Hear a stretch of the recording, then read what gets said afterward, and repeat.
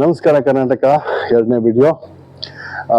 ಈ ವಿಡಿಯೋದಲ್ಲಿ ನಾನು ಮಾತಾಡ್ಬೇಕಂತದ್ದು ಬಹಳ ಇಂಪಾರ್ಟೆಂಟ್ ಇದೆ. ನಮ್ಮ ಯಂಗರ್ ಜನರೇಷನ್ ನಾವು ಹೆಂಗೆ ಕೊಲಾಬ್ರೇಟಿವ್ ಅಪ್ರೋಚ್ ನಾವು ತಗೊಂಡು ನಾವು ಚೇಂಜ್ ಮಾಡ್ಕೋಬಹುದು ಅಂತಕ್ಕಂಥದ್ದು. ಇದ್ರ ಬಗ್ಗೆ ನಾನು ಸ್ವಲ್ಪ ಜಾಸ್ತಿ ಥಿಂಕಿಂಗ್ ಮಾಡ್ತಿದ್ದೀನಿ, ಅನುಭವಗಳನ್ನ ಮಾಡ್ತಾ ಇದ್ದೀನಿ. ಒಂದು ಎಕ್ಸ್ಪೆರಿಮೆಂಟ್, ಗೂಚಿ ಅಂತ ಒಂದು ಬ್ರ್ಯಾಂಡ್ ಇದೆ, ನಿಮ್ಗೆ ಗೊತ್ತಿರಲಿ. ಗೂಚಿ ಬ್ರ್ಯಾಂಡ್ ಬಂದು ಒಂದು ಶಾಡೋ ಬೋರ್ಡ್ ಅಂತ ಕ್ರಿಯೇಟ್ ಮಾಡಿದ್ರು. ಅಂದ್ರೆ ಒಂದು ಕೃತಕವಾಗಿರ್ತಕ್ಕಂಥ ಒಂದು ಮ್ಯಾನೇಜ್ಮೆಂಟ್ ಬೋರ್ಡ್. ಆ ಮ್ಯಾನೇಜ್ಮೆಂಟ್ ಬೋರ್ಡ್ ಅಲ್ಲಿ ಅವ್ರ ಸೇಲ್ಸ್ ಬಿದ್ದೋಗ್ತಾನೆ ಇತ್ತು. ಯಾಕಂದ್ರೆ ಹಳೆ ಕಾಲದವರು ಹೋದ್ರು, ಗೂಚಿ ಲವರ್ಸ್ ಹೊಟ್ಟೋದ್ರು, ಹೋಗ್ತಾ ಇದ್ದಾರೆ, ಅವ್ರಿಲ್ಲ.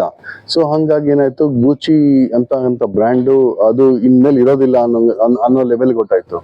ಆ ಟೈಮಲ್ಲಿ ಏನ್ ಮಾಡಿದ್ರು ಇವರು, ಕೆಲವು ಆಕ್ಟಿವಿಟೀಸ್ ನ ಶುರು ಮಾಡಿದ್ರು. ಈ ಯಂಗರ್ ಜನರೇಷನ್ ಅಲ್ಲಿ ಜೆನ್ ಝಿ ಆರ್ ಈ ನಮ್ಮ ಒಂದು ಹೊಸ ಪೀಳಿಗೆ ಮಿಲೇನಿಯಲ್ಸ್ ಇವ್ರನ್ನೆಲ್ಲ ಸೇರಿಸ್ಕೊಂಡು ಶುರು ಮಾಡಿದ್ರು. ಒಂದು ಶಾಡೋ ಬೋರ್ಡ್ ನ ಕ್ರಿಯೇಟ್ ಮಾಡಿ, ನೀವು ಯಾವ ತರ ಮಾಡ್ತೀರಿ ಡಿಜಿಟಲ್ ರೆವಲ್ಯೂಷನ್ ಅಲ್ಲಿ, ನೀವು ಯಾವ ತರ ನಾವು ಚೇಂಜ್ ಮಾಡ್ಬೋದು ಅಂತ. ಈ ಎಲ್ಲರೂ ಬಂದು ಆಡ್ ಮಾಡ್ತಾ ಹೋದ್ರು ಇದಕ್ಕೆ ಕಂಟೆಂಟ್ ನ, ಯಾವ ತರ ಮಾಡ್ಬೋದು ಅಂತ. ನೆಕ್ಸ್ಟ್ ವರ್ಷ ರಿಸಲ್ಟ್ ಶಾಡೋ ಬೋರ್ಡ್ ಮಾಡಿದ್ದಕ್ಕೆ ಗೂಚಿ ಸೇಲ್ಸ್ 136% ಮೇಲೆ ಹೋಯ್ತು ಸ್ನೇಹಿತರೆ. So it's a big success. ಇದನ್ನ ತಗೊಂಡು ಏನ್ ಮಾಡಿದ್ರು, ಬಹಳಷ್ಟು ಜನ ಕಂಪನೀಸ್, ಅಪರೆಲ್ ಬ್ರ್ಯಾಂಡ್ಸ್ ಅಂದ್ರೆ ಈ ಬಟ್ಟೆ ಮ್ಯಾನುಫ್ಯಾಕ್ಚರರ್ಸ್ ಯಾರು ಇರ್ತಾರೆ, ಇವ್ರೆಲ್ಲರೂ ಅದನ್ನ ಇಂಪ್ಲಿಮೆಂಟ್ ಮಾಡ್ತಾ ಹೋದ್ರು. ಎಲ್ಲ ಕಡೆಗೂ ಅದಾಯ್ತು.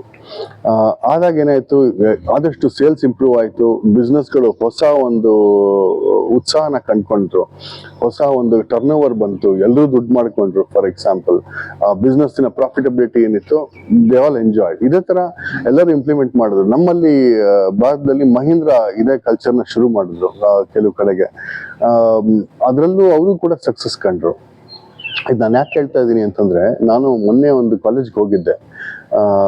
ಕಾಲೇಜಲ್ಲಿ ಮೇಡಮ್ ಹೇಳಿದ್ರು, ಲ್ಯಾಂಗ್ವೇಜಸ್ ನಲ್ಲಿ ಅಂದ್ರೆ ಕನ್ನಡದಲ್ಲಿ, ನಮ್ಮ ಕನ್ನಡ ಭಾಷೆನಲ್ಲಿ ಮೇಡಮ್ ನೀವು ಪೇಟೆಂಟ್ ತೆಗಿಯಕ್ಕಾಗತ್ತಾ ಅಂದ್ರು. ನಾನು ಹೇಳಿದೆ, ಖಂಡಿತ ಸಾಧ್ಯ ಮೇಡಮ್, ಖಂಡಿತ ಆಗತ್ತೆ, ಯಾಕಾಗೋದಿಲ್ಲ. ಹೌದಾ, ಅದು ನಮ್ಗೆ ಗೊತ್ತಾಗ್ಲೇ ಇಲ್ಲ, ಇಷ್ಟು ವರ್ಷ ನಾವು ಸುಮ್ಮನೆ ಇದ್ದೀವಿ, ಹೆಂಗೆ ಇದನ್ನೊಂದು ಸ್ವಲ್ಪ ಹೇಳ್ಕೊಡಿ ಅಂತಂದ್ರು. ನಾನು ಹೇಳಿದೆ, ಮೇಡಮ್ ಒಂದು ಕೆಲಸ ಮಾಡಿ, ನನ್ಗೊಂದು ಸೆಷನ್ ಕೊಡಿ, ನಮ್ಮ ಮಕ್ಕಳೆಲ್ಲ ಒಂದಷ್ಟು ಸೇರಿಸಿ, ಒಂದು ಕನ್ನಡದ ಸ್ಟೂಡೆಂಟ್ಸು. ನನ್ಗೇನಪ್ಪ ಅಂತಂದ್ರೆ ಶಾಕರ್. ಫಸ್ಟ್ ನಮ್ಮ ಕನ್ನಡ ಸ್ಟೂಡೆಂಟು ಇಂಗ್ಲಿಷಲ್ಲೇ ಮಾತಾಡ್ತಾರೆ, ಕನ್ನಡ ಕ್ಲಾಸ್ ಅದು. ನಾನು I am use to it. ಅಂದ್ರೆ ನಮ್ಮಲ್ಲಿ ಜೆನ್ಜಿ ಯಾರು ನಮ್ಗೆ ಐ ಗೆಟ್ ಕ್ಯಾರಿಡ್ ಔಟ್.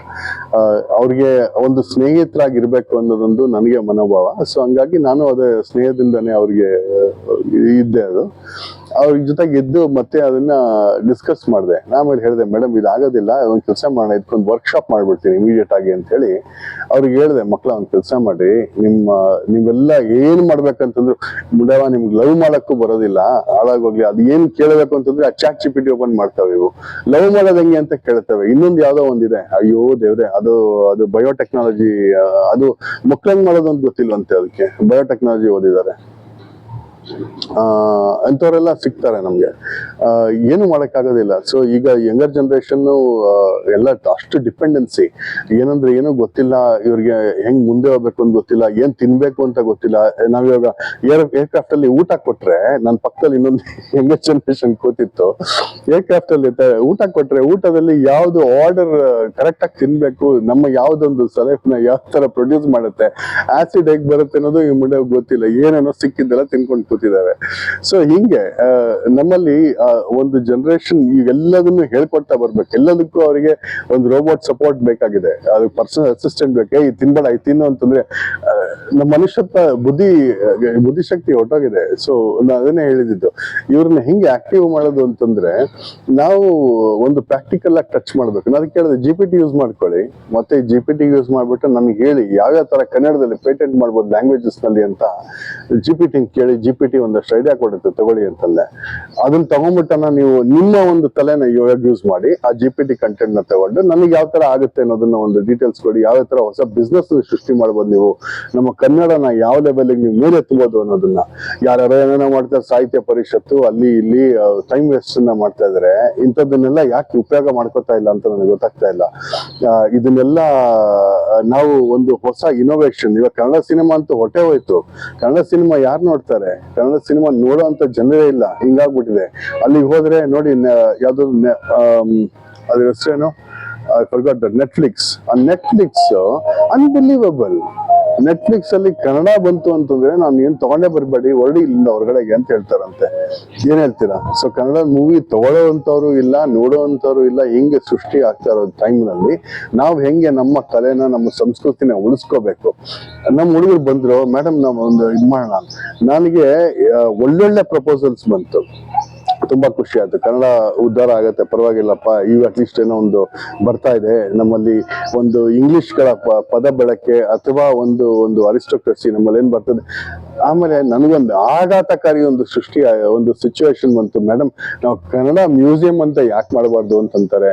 ದೇವ್ರೇ, ಇಂಥ ಗತಿ ಬಂದ್ಬಿಡ್ತಲ್ಲಪ್ಪ ಅಂತ ಅನ್ಕೊಂಡು ಒಂದ್ ಕಡೆ ಅನ್ಕೊಂಡೆ. ಬಟ್ ಆದ್ರೆ ಇದು ಒಂಥರ ಒಳ್ಳೆ ವಿಚಾರನೆ. ಯಾಕಂತಂದ್ರೆ ನಮ್ಗೆ ಹೊರಗಿಂದ ಬಂದವರಿಗೆ ಈ ಕನ್ನಡ ಮ್ಯೂಸಿಯಂ ಯಾಕೆ ಹೆಲ್ಪ್ ಮಾಡಬಾರ್ದು, ಯಾತಕ್ಕೆ ಇದು ಒಂದು ಸಪೋರ್ಟಿವ್ ಸಿಸ್ಟಮ್ ಆಗಿ ನಿಂತ್ಕೋಬಾರ್ದು. ನಮ್ಮ ಕನ್ನಡ ಪದಗಳ ಒಂದು ಶಬ್ದ, ಯಾಕಂದ್ರೆ ಮೈಸೂರು ಯೂನಿವರ್ಸಿಟಿಗೆ ಹೋದ್ರೆ ಡಾಕ್ಟರ್ ತಳವಾರ್ ಅಂತ ಹೇಳಿದ್ದಾರೆ, ಅವರು ಒಂದು ಆ ಶಬ್ದಗಳ ಒಂದು ಆ ಡ್ಯಾನ್ಸಿಂಗ್ ಬರುತ್ತಲ್ಲ, ಪ್ಯಾಟರ್ನ್, ಅದು ನಿಜವಾಗ್ಲು ಹೇಳ್ತಾ ಇದ್ದೀನಿ, ಸತ್ಯವಾಗ್ಲು ಅದು ಯಾವ ಲೆವೆಲ್ ಅಲ್ಲಿ ಇರುತ್ತೆ ಅಂತಂದ್ರೆ ನಮ್ಮ ಕನ್ನಡದ ಪದಗಳ ಉಪಯೋಗ, ಅದ್ರ ಬಳಕೆ, ಮತ್ತೆ ಆ ಒಂದು ಕಮ್ಯುನಿಕೇಶನ್ ನಮ್ಮ ಯಾವ ಭಾಷೆನಲ್ಲೂ ಬರೋದಿಲ್ಲ. ಅದು ನಮ್ಗೆ ಒಂದು ಆನಂದನ ನಮ್ಮ ಮೈಂಡ್ ಅಲ್ಲಿ ತಂದ್ಕೊಡುತ್ತೆ. ಇದು ಯಾಕೆ ನಾವ್ ಇದನ್ನೆಲ್ಲ ಶೋಕೇಸ್ ಮಾಡಬಾರ್ದು? ಇದನ್ನೆಲ್ಲ ತಗೊಂಡ್ಬಂದು ನಾವು ವಿಶ್ವವಿದ್ಯಾಲಯದಲ್ಲಿ ಇಟ್ಕೋಬೇಕಾ? ನೋಡಿದ್ರೆ ಫಾರ್ಮರ್ ಕುಲಪತಿಗಳೆಲ್ಲರೂ ಒಂದಷ್ಟು ಹಾಕಿದ್ದಾರೆ, ಮೈಸೂರು ವಿಶ್ವವಿದ್ಯಾನಿಲಯ ಹೋಗ್ತಾ ಇದೆ, ಈ ತರ ಕರ್ನಾಟಕ ವಿಶ್ವವಿದ್ಯಾನಿಲಯ ಯಾವ್ಯಾವ್ದೋ ಇನ್ನೇನೋ ಆಗಿದೆ. ಸೊ ಈ ತರ ಎಲ್ಲ ಆಗ್ತದೆ. ಯಾಕೆ ಅಂತಂದ್ರೆ ಇವ್ರಿಗೆ ಇನೋವೇಷನ್ ಇಲ್ಲ, ಗವರ್ಮೆಂಟ್ ಅಲ್ಲಿ ಗವರ್ನಿಂಗ್ ಬಾಡೀಸ್ ಇಲ್ಲ. ನಮ್ಮಂತವ್ರು ಬಂದ್ರೆ ನಮ್ಮಂತವ್ರು ಸೇರ್ಸೋದಿಲ್ಲ, ಯಾಕಂದ್ರೆ ಅವ್ರು ಯಾರೋ ಕಾಸು ಕೊಡ್ತಾರೆ, ಅವ್ರು ತಗೊಂಡ ಕೂಡಿಸ್ಕೊತಾರೆ. ಸೊ ನಾನು ಏನು ಮಾಡಕ್ ಸಾಧ್ಯ ಇಲ್ಲ. ಇಂಥದ್ದನ್ನೇನಾದ್ರೂ ಹೊಸ ಸೃಷ್ಟಿಗಳು ನಮ್ಮ ಈಗ ಯಾವ್ಯಾವ್ದಕ್ಕೂ ಹೋರಾಟ ಮಾಡ್ತಾರೆ, ಕನ್ನಡನೇ ಬರೆಯಕ್ ಬರೋದಿಲ್ಲ, ಅವರೆಲ್ಲ ಚಳವಳಿ ಮಾಡ್ತಾರೆ. ಬಸ್ಗಳ ಮೇಲೆ ಅವ್ರು ಕನ್ನಡ ಪದಗಳನ್ನ ಬರೆದು ಡೆಮಾನ್ಸ್ಟ್ರೇಟ್ ಮಾಡಿ, ನೋಡಿದ್ರಲ್ಲ ನೀವು ಲಾಸ್ಟ್ ಒಂದು ವಾರ 10 ದಿನದ ಹಿಂದ್ಗಡೆ ಒಂದು ಚಳವಳಿ ಮಾಡಿದ್ರು ನಮ್ಮವರೆಲ್ಲ ಕರ್ನಾಟಕದವ್ರು ಸೇರ್ಕೊಂಡು. ಅವ್ರು ವಾಟಾಳ್ ನಾಗರಾಜ್ ಅವರು, ಯಾಕೆ ಅವರು, ಸರ್ ನೀವು ಬರೆಯೋಗಿದ್ರೆ ನೀವು ಕನ್ನಡ ಹೇಳ್ಕೊಟ್ಬಿಟ್ಟು ಬರ್ಸಿ ಅಲ್ಲಿ ಒಂದ್ ಕಡೆಗೆ ತುಂಬಾ ಚೆನ್ನಾಗಿರುತ್ತೆ. ಕನ್ನಡ ಪದನೇ ಬರೆಯಕ್ ಬರ್ದಿರೋರೆಲ್ಲ ಹೋಗಿ ಬಸ್ ಮೇಲೆ ಇನ್ನೇನೋ ಒಂದು ಬರ್ಕೊಟ್ಬಿಟ್ಟು ಬರ್ತಾರೆ. ಮಹಾರಾಷ್ಟ್ರದಲ್ಲಿ ಅಲ್ಲೆಲ್ಲೋ ಆದ್ರೆ ನೀವು ಅಲ್ಲಿಗೆ ಹೋಗಿ ಪ್ರೊಟೆಸ್ಟ್ ಮಾಡ್ಬೇಕೆ ಹೊರತು ಇಲ್ಲಿ ಎಲ್ರಿಗೂ ತೊಂದರೆ ಮಾಡ್ತಾರೆ. ಈ ತರ ಒಂದು ಸಿಚುವೇಶನ್ ನಮ್ಮಲ್ಲಿ ಯಾರು ಏನ್ ಮಾಡ್ಬೇಕು ಅಂತ ಗೊತ್ತಾಗ್ತಾ ಇಲ್ಲ ಇಲ್ಲಿ. ಸೊ ಈ ಒಂದು ಸಿಚುವೇಶನ್ ಅಲ್ಲಿ ನಮ್ಮಲ್ಲಿ ಯಾವ ತರ ಒಂದು ಉತ್ತೇಜನ ತಗೊಂಡ್ಬರ್ತೀವಿ, ನಾವು ಕನ್ನಡನ ಉಳಿಸ್ತೀವಿ, ಬೆಳೆಸ್ತೀವಿ, ಮೇಲೆತ್ಕೊಂಡು ಹೋಗ್ತೀವಿ, ಅಥವಾ ನಾವು ಪೇಟೆಂಟ್ ಗಳನ್ನ ಮಾಡ್ಕೋತೀವಿ. ಜರ್ಮನ್ರು ಮೊದಲು ಮಾಡ್ಬೇಕಾ, ಇಲ್ಲಾಂದ್ರೆ ನಾವ್ಗೆ ಅಮೆರಿಕನ್ರು ಬಂದು ನಾವು ಪೇಟೆಂಟ್ ಮಾಡ್ಕೋಬೇಕಾ? ನಾವೆಲ್ಲ ಬರ್ಕೊಟ್ಟಾಗಿದೆ. ನಮ್ದು ಏನಿತ್ತು ಆ ಸಂಸ್ಕೃತಗಳನ್ನ, ನಿಮಗ್ ಗೊತ್ತಿರ್ಲಿ ಸ್ನೇಹಿತರೆ, ನಮ್ಮ ಸಂಸ್ಕೃತನ ತಗೊಂಡೋಗಿ ಜರ್ಮನ್ರು ಅಲ್ಲಿ ಇಟ್ಕೊಂಡು ಶ್ರೀಲಂಕನ್ರಿಗೆ ಟ್ರೈನಿಂಗ್ ಕೊಟ್ಟು, ನಮ್ಮ ಭಾರತದವ್ರಿಗೆ ತಗೊಂಡಿಲ್ಲ, ಅವರು ಶ್ರೀಲಂಕಾದವ್ರಿಗೆ ಟ್ರೈನಿಂಗ್ ಕೊಟ್ಟು ಕೂತ್ಕೊಂಡು ಎಲ್ಲ ವಿಶ್ವವಿದ್ಯಾನಿಲಯದಲ್ಲಿ ಅವರು ಆ ಮ್ಯಾನುಸ್ಕ್ರಿಪ್ಟ್ಸ್, ನಮ್ಮ ತಾಳೆಗರಿ ಏನ್ ಬರ್ತಾ ಇತ್ತು ಆ ತಾಳೆಗರಿಗಳಿಂದ ಅವರು ಚೇಂಜ್ ಮಾಡ್ತಾ ಇದ್ದಾರೆ. ಎಲ್ಲದನ್ನು ಅವರು ಟ್ರಾನ್ಸ್ಲೇಟ್ ಮಾಡ್ಕೋತಾ ಇದ್ದಾರೆ. ಅವರು ಪೇಟೆಂಟ್ ಗಳನ್ನ ಫೈಲ್ ಮಾಡ್ತಾ ಇದ್ದಾರೆ. ಅವರು ಒಂದು ನೆಕ್ಸ್ಟ್ ಲೆವೆಲ್ಗೆ ಹೋಗ್ತಾ ಇದಾರೆ. ಕಳ್ತನದ ಮಾಲ್ ಅದು, ಕದ್ದಿದ್ದು. ನಾನು ಅದನ್ನೇ ಹೇಳೋದು, ನಮ್ಮ ಭಾರತದಿಂದ ಕದ್ದಿದ್ದು. ನಮಗೆ ಏನ್ ಆಗ್ಬೇಕು, ನಮ್ಗೆ ಏನ್ ಆಗ್ತಾ ಇದೆ, ನಾವ್ ಯಾತಕ್ಕೆ ಇಲ್ಲಿ ಮಾಡಕ್ ಆಗ್ತಾ ಇಲ್ಲ, ಯಾತಕ್ಕೆ ಇಲ್ಲಿ ಬದುಕೋದಕ್ಕೆ ತೊಂದರೆ ಆಗ್ತಾ ಇದೆ, ಇದು ನನಗೆ ಒಂದು ಬಹಳ ಒಂದು ಟ್ರಿವಿಯಲ್ ಸಿಚುವೇಶನ್. ಇದ್ರ ಬಗ್ಗೆ ನಾನಂತೂ ಕೆಲಸ ಮಾಡ್ತೀನಿ, ಬಹಳಷ್ಟು ಕೆಲಸಗಳಿದಾವೆ, ಬಾಕಿ ಇದೆ. ಇದು ಬರೀ ಇನಾಗ್ರೇಷನ್ ಅಷ್ಟೇ, ನಾನು ಇನ್ನೂ ಶುರು ಮಾಡಿದ್ದೀನಿ. ಬಹಳಷ್ಟು ಕೆಲಸಗಳಿದೆ. ನಾನು ಇವಾಗ 20ನೇ ತಾರೀಕು ನಿಮ್ಗೆಲ್ಲರಿಗೂ ಒಂದು ಸರ್ಪ್ರೈಸ್ ಕೊಡ್ತೀನಿ. ನಾನು ಇವತ್ತೇನು ಅಂತ ಹೇಳಲ್ಲ. 20ನೇ ತಾರೀಕು ಒಂದು ಲೈವ್ ಟೆಲಿಕಾಸ್ಟ್ ಒಂದು ಪ್ರೋಗ್ರಾಮ್ ಮಾಡ್ತಿದ್ದೀವಿ. ಅಲ್ಲಿ ಯಾರು ಗೆಸ್ಟ್ ಬರ್ತಾರೆ, ಏನು ಸಮಾಚಾರ, ಎಲ್ಲ ಡೀಟೇಲ್ಸ್ ನಾನು ಸಪ್ರೇಟ್ ಆಗಿ ಒಂದು ಇನ್ಫಾರ್ಮೇಶನ್ ಕೊಡ್ತೀನಿ ನಾನು ನಿಮಗೆ. ಯಾಕಂದ್ರೆ ಅದೊಂದು ಅಚೀವ್ಮೆಂಟ್, ನಮ್ಮ ಭಾರತಕ್ಕೆ ಅಚೀವ್ಮೆಂಟ್, ಕರ್ನಾಟಕದ ಬಿಟ್ಬಿಡಿ, ನಮ್ಮ ಭಾರತಕ್ಕೆ ಅಚೀವ್ಮೆಂಟ್. ಈ ತರದ್ದು ನಾನು ಮಾಡಕ್ ಹೋಗ್ತಾ ಇದ್ದೀನಿ. ಆದಷ್ಟು ನೀವುಗಳು ಬನ್ನಿ, ಸಹಕರಿಸಿ, ಸೇರ್ಕೊಳ್ಳಿ, ನಿಮ್ಗಳದ್ದೇ ಒಂದು ಸೃಷ್ಟಿ ಮಾಡ್ಕೊಳ್ಳಿ. ನನ್ನ ಬರಬೇಡಿ, ಬರುವಂತದ್ದೇನಿಲ್ಲ. ಯಾಕಂದ್ರೆ ವಿಭಿನ್ನವಾಗಿ ನೀವು ಯೋಚನೆ ಮಾಡಿದ್ರೆ ಮಾಡುವಂತ ಕೆಲಸಗಳು ಬಹಳಷ್ಟಿದೆ. ವಿಭಿನ್ನವಾಗಿ ಯೋಚನೆ ಮಾಡದೇ ಇದ್ರೆ ನಮ್ಮಲ್ಲಿ ಏನು ಗೊತ್ತಾಗೋದಿಲ್ಲ. ಸೊ ಹಂಗಾಗಿ ನಮ್ಮ ಕನ್ನಡ ಮ್ಯೂಸಿಯಂ ಸೇರ್ಬೇಕಾ ನನಗೆ ಗೊತ್ತಾಗ್ತಾ ಇಲ್ಲ. ನನಗೆ ಅವತ್ತಿಂದ ನಾನು ಸ್ಪೀಚ್ಲೆಸ್. ಬಟ್ ಅದೊಂದು ಬಿಸ್ನೆಸ್ ಮಾಡಲ್. ವಿಶ್ವೇಶ್ವರಯ್ಯ ಮ್ಯೂಸಿಯಂ ನೋಡಿದೀನಿ, ಕನ್ನಡ ಮ್ಯೂಸಿಯಂ ನಾನು ನೋಡ್ಬೇಕಾ ಅದು ಗೊತ್ತಾಗ್ತಾ ಇಲ್ಲ. ಸೊ ದಯವಿಟ್ಟು ಒಂದು ಕಮೆಂಟ್ ಮುಖಾಂತರ ತಿಳಿಸಿ, ನೀವ್ ಯಾವ ತರ ನಮ್ಮ ಕನ್ನಡನ ಉಳಿಸಿ ಬೆಳೆಸ್ತೀರಾ, ಯಾವ್ಯಾವ ತರ ಒಂದು ಚೇಂಜಸ್ ನ ಮಾಡ್ತೀರಾ. ಗೊತ್ತಾದ್ರೆ ನೀವು ಇದನ್ನ ಕೇಳ್ಕೊಳ್ಳಿ, ಟ್ರಾನ್ಸ್ಫಾರ್ಮರ್ಸ್ ನ ಕೇಳ್ಕೊಳ್ಳಿ, GPTs ನ ಅಲ್ಲಿಂದ ತಗೊಳ್ಳಿ ನೀವು ಡೀಟೇಲ್ಸ್ ನ. ಅಥವಾ ನಿಮ್ಗೆ ರೋಬೋಟ್ ಗಳನ್ನ ಇಟ್ಕೊಂಡೆ ಅದ್ರ ಸಹಾಯದಿಂದ ನಮ್ಮ ಮನುಕುಲನ ಉಳಿಸೋಣ, ಅದನ್ನ ನನ್ನ ಒಂದು ದೊಡ್ಡ ಸಿನ್ಸಿಯರ್ ರಿಕ್ವೆಸ್ಟ್ ಅಷ್ಟೇನೆ, ಬೇರೆ ಇನ್ನೇನು ಇಲ್ಲ. ನಡೀಲಿ, ಇವ್ರುಗಳೆಲ್ಲ ನಡೆಸ್ತಾ ಇದ್ದಾರೆ, ಯಾವ ತರ ರಾಜ್ಯಭಾರ ಮಾಡ್ತಾರೋ ಮಾಡ್ಕೊಂಡೋಗ್ಲಿ. ಎಲ್ಲ ಬರೀ ಹಗರಣಗಳು ಅವು ಇವು ನಮ್ಮಲ್ಲೆಲ್ಲ ಹಾಳಾಗೋಗಿದೆ. ನಾವು ರೀಥಿಂಕ್ ಮಾಡಬೇಕು.